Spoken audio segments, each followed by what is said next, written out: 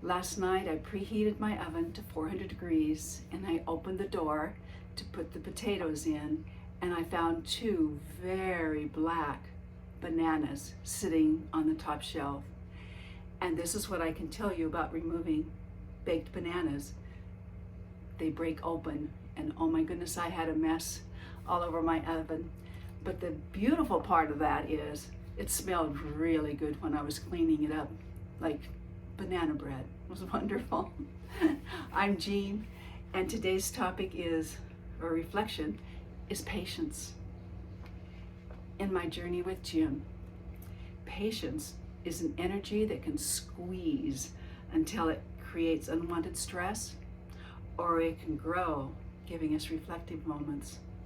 It feels tight when we're hooked into time and expectations, but it offers a different window when we're ready to see more, feel more, and experience more. It's an abundant energy in Jim's realm.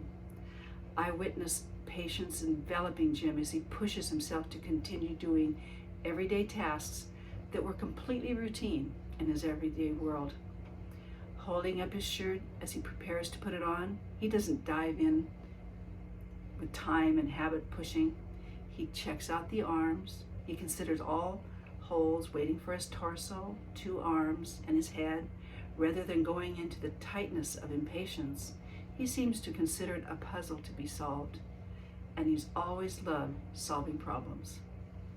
His patience shows up in full force when he's searching for the right word. Last night, he tried "our foot everywhere," and when I didn't understand, he suggested "Sammy over there." When I asked if it happened on TV, he extended his arms and waved. "The fireworks?" I asked, recalling the sounds we'd heard earlier. He was all smiles when I told him they were over and Sammy was okay. He never gives up when he has something to share. He's patient with himself and me. And I admire the way he takes us into the bubble where he can find the treasure of what he's thinking. I choose to think of patience as a moment of respite. It's not to be confused with being able to put up with something that feels burdensome. It's an energy sponge for rambling thoughts of what should be or could be. It's there to give you a moment for nurturing yourself, and it can be as soothing as a big sigh or sleeping in on a rainy day.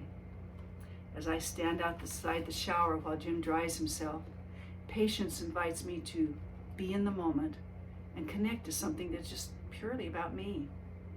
Pushing back my cuticles, wondering how my grandson's school play went, maybe feeling the heat coming out of the floor heater.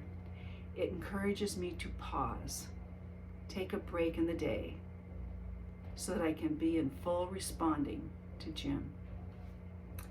In my earth-dwelling world, just because Jim wanted a haircut didn't mean he was game for it.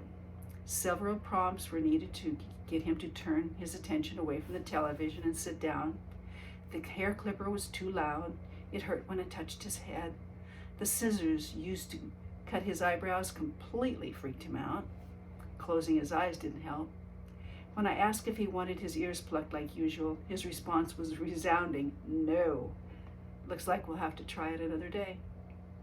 So glad you came and joined me. I love it. If you want to continue on this journey with me and you haven't subscribed, go ahead and subscribe below.